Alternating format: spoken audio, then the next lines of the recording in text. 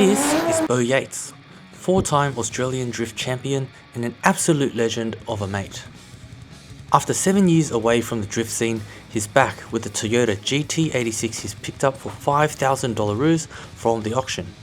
He's going to be putting on an SME turbo kit to give it the power it deserves before sending it at full force.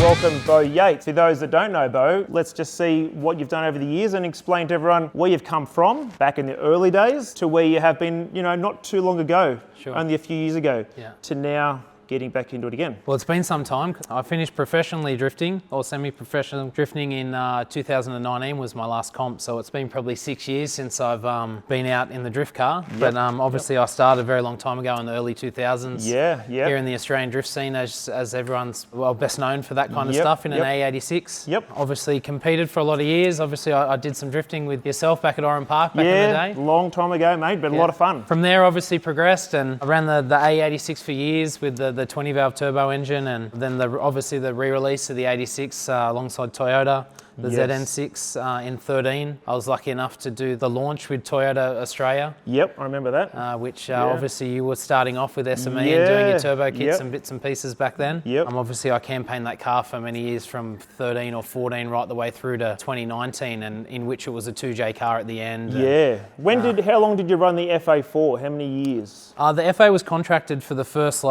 say 2 years of the contract with Toyota, in which I had great success with that motor anyway. I didn't necessarily want to move away from the FA20. It was more just the demand on, the sport was just like big tyres, grippy tyres, horsepower. That's where it got to. Correct. Hence the 2J. Conversion, I mean, the FA20 was making around 350 kilowatts at the time.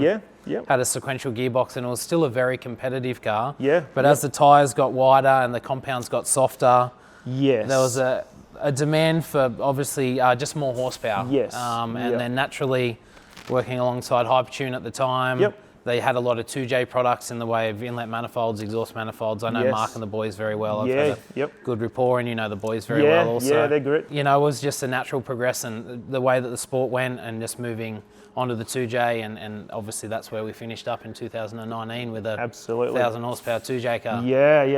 And that thing hauled, good car, good reliable car, Going into now, you've had a few years off the sport, and you've got the bug back, you went shopping. And well, I mean, look, I thought I was done with drifting. I'd spent 20 years doing it, right? And I told myself, Beck and I, obviously my wife of a long time now, I thought I didn't need drifting anymore, right? Through a few close friends like Tim Brook and Cameron Moat, they started going drifting again, and through the boys down there at Revolution, they've been running a couple of these days down at Pheasants Wood, and mistakenly I jumped in the 350 with Tim, and he's like, run a few laps, and it'd been some time, right? So I was a bit rusty, but I was like riding a bike, it come back pretty quick, and I realised how much I actually enjoy drifting, right? And it's been 6 years, right? As I said, finished up in 19 with COVID and everything. I had another child in that time. I've got 2 kids now with Miller and Frankie, and I thought I was done with it, but God, going down with Brooksy that day and running the 350 was probably, I don't know if it's a mistake, because here we are, but I've decided to go a different road with it now, I guess. Bring back the fun, right? Correct, so trying to have a bit of fun with it. Try not to spend $1 million like we did before. I was lucky enough to get this maliciously damaged 86 from Pickles that was covered in paint when I got it. It's a beauty, isn't it, really? Yeah, it's actually a really tidy car. I was fortunate enough to get it through Pickles auction, and I paid only $5,000 for it. So I spent a couple of days tidying it up, getting the paint and stuff off it. But it's never been in an accident. It's a pretty straight car. And, I've done one test day in it so far, and that was enough to kind of give you guys a call. So. Well, you got the MCA suspension. The GK Tech knuckles and bits and pieces, the handbrake. So it's got the dual rear brake setup. Dual rear brake, hydraulic handbrake. It's got the MCA suspension through Josh, and I mean, I've known Murray and Josh for a lot of years, and they've supported me throughout my whole motorsport career. So good guys. I've first time on GK Tech. I've had a lot of the European stuff before in the comp cars. So The GK Tech stuff seems to be working well in the front, but it was the horsepower that was the problem, right? So, yeah, they're what, 100 odd kilowatt, 110 kilowatt mate, the wheels. It feels like it had 50, honestly. Yeah. Like, it was still good, and as I said, the days that they're running down at Pheasants with the Revolution guys, they actually wet the track. Yes. So we're able to maintain, like we had a great day down there, naturally aspirated, but I'm just kind of searching for a little bit more, right? Yeah, so, and I know you guys have done the turbo kit, and hence the reason I reached out, and I wasn't sure which direction to go. I definitely didn't want to go back down the road of a 2J car again, because I wanted to keep the cost down and just have a bit of fun with it. I looked at LS's, but it's not really my style of driving. I've always been like a 4-cylinder turbo or 6-cylinder turbo guy. And a bolt-on, all your bolt-on parts are so great. So you obviously your MCAs, bang them in, wheel alignment, things like that. Your GK Tech generally bolts in with a little bit of fab work. Yeah. No, it was all just bolt in this stuff. So it's just a bolt in knuckle. Bolt on. A little bit of modification of the rear hub to get the dual handbrake thing, but it's all off the shelf. Fantastic. Australian-made products, much like the stuff you sell. Unreal. So we're basically building an Australian-made performance drift car. At this stage, this at not a crazy budget. Yeah. And it's probably going to give you more fun, maybe not more fun than the 2J, because that's, you know, in a bit of a league of its own, but building something affordable that you can go on drift every second week or whatever it is, and doesn't ruin your paycheck. Blow the budget. I mean, that was key for this build, right? When I spoke to Beck and sat down and said, look, I'm going to buy a drift car, she's like, all right, well, let's not let this get out of hand, right? So we set a budget and it was about 20K. Yep. I was lucky enough to get the car at a bit of a steal with the suspension products and the wheels and bits and pieces. I'm still well within target of being under that $20,000 and having a cost-effective car that it's not going to cost $1 million to run either. I run a relatively small tyre on it, just a radial, and just by running, I mean, I took your road car for a drive the other day, and God, I can't believe how well that performs for 12 pound of boost. 98 fuel too. On 98 fuel, so we're going to be running this with Tyler from PVS on the E85 fuel, so hopefully that gives it a little bit more. But it's going to feel great. And I have spoke to a couple of people running this kind of kit in their drift cars that have given us a few pointers, and they recommended this turbo. It's just so snappy. You won't need to be kicking clutch all day and things like that. It power's there when you need it. And we're running the G25-550 kit. And we're using the Pulsar turbo, trying to keep the cost right down. Which is something very new to me. I mean, I'm not super familiar with this product. But well, they're you know, dare I say, up there, they're a good quality turbo. If we've ever had any dramas, which is almost none, warranty's right there, which is great. Obviously an Australian company there as well. But when we originally spoke, I said, look, relatively low power. I'm hoping for around that 200 kilowatt mark. I didn't want to be blowing the tyres off it. I didn't want to be tearing the gearboxes and diffs out of it either. So 100%. Based on those kind of numbers, you mentioned that the 550 was going to be a good option. What I'm led to believe, around that 10 pound, they're kind of like a 220, 230 kilowatt on 10 pound and E85. So, and you reckon the response is right there as well. Super responsive, mate. I can't wait to actually go down to the track next time and get in-car footage, go for some happy laps and really put this car to the test. But absolutely, you've got the handling.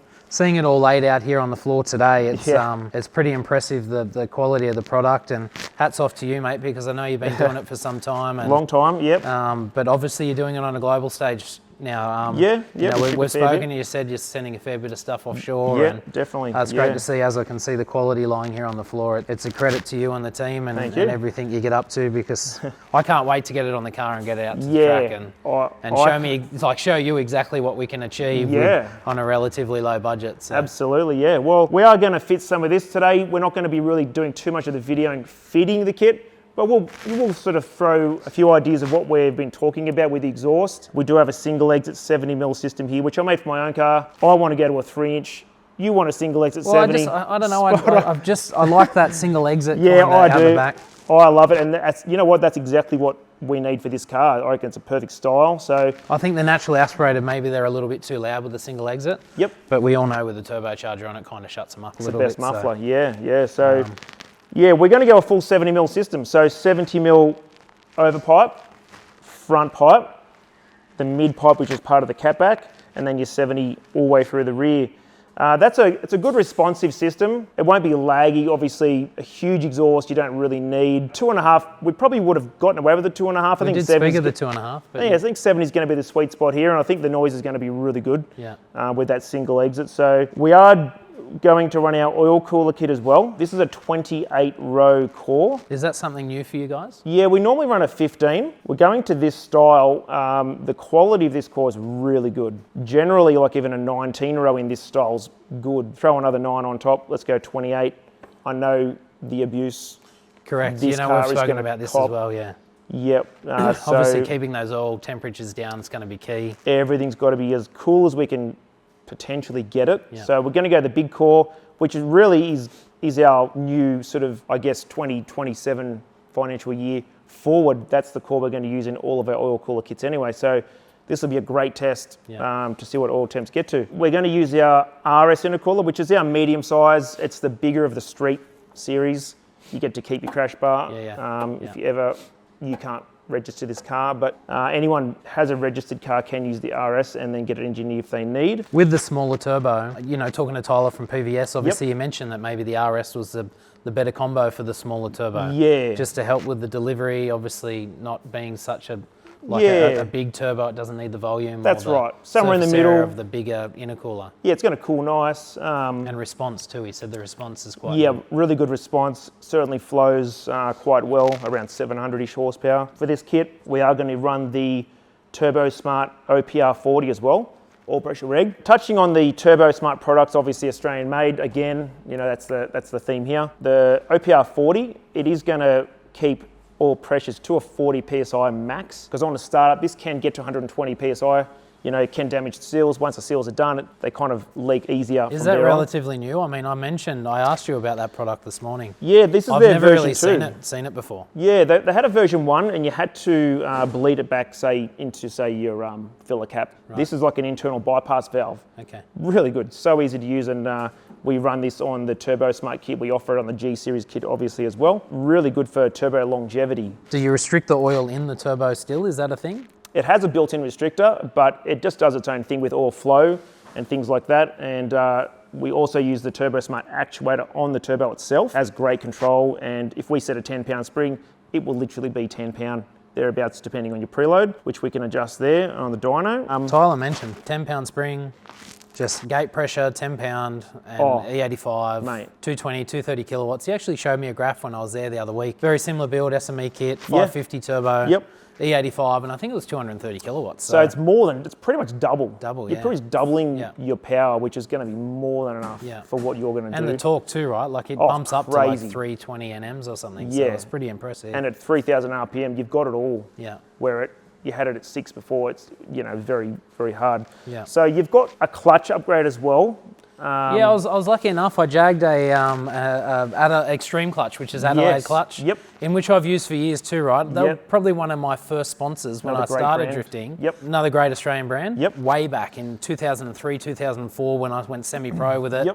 I reached out to them, and they've always supplied me clutches for my drift cars. So I got their little super single, full face organic. I think it's like 240 mil. And I know when we first spoke, it was one of the first things you said that you need to upgrade your clutch because it's not going to hold. Especially with the delivery of the 550. You said they ramp on pretty hard. So I was lucky enough to get a clutch, a 240 mil clutch, which is installed now. Which is good. Next thing's injectors. Injectors. So I've got some ID 1050Xs is what PVS have recommended for it. So straight E85, just a factory ECU. It's going to be tuned on E85. Keeping the build simple. That's the simple, whole thing. I mean, I didn't really want to carry fuel.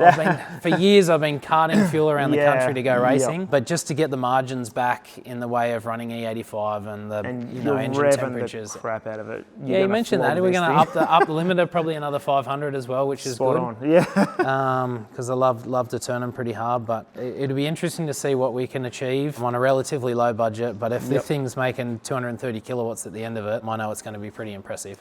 And heat management, obviously what we're going to do heat management wise, we're going to heat wrap everything, all your wiring, we'll sleeve it because, you know, this thing's going to glow. We're going to be glowing red in the engine bay. And it was one of those things that when we first spoke, I was like, gee, I'm really worried about the heat management. Mate, you've done hundreds of cars and you assure me that it's not an issue. So I'll leave that in your capable hands. I'm sure whatever we come up with, and after the install, I know it's going to be to the highest quality. So No, as I said, I'm just keen to get back behind the wheel and give it a run. Unreal. Well, we are going to do some videoing at the drift track once this is all installed, tuned at PVS. We'll get to one of these wet skid pan days at Marul and Pheasants Wood. Pheasants Wood, yeah. So it's not a skid pan, it's the full It's a full circuit. track. Yep. Yeah, but the Revolution guys have done a great job. Yes. They've actually engaged with the track. They've installed their own sprinkler system. So they're using like, there's 2 dams, they've got 4 pumps. Unreal. They've run lines throughout the whole circuit and they put sprinkler heads out and it wets down the whole circuit. Wow. So, which another thing, like when it comes to cost, you go there on a single set of tyres, all you're doing is tipping E85 into the car and just having a good time. Yep. Well, let's get this on the car. Yep. We're not going to do too much filming of us fitting the kit, but we'll get this on. We'll show you a few happy snaps along the way, and the next video will be at the drift track, getting some full lock on and making some noise. Looking forward to it. Unreal. Thanks, mate. Thanks, Beau. All right.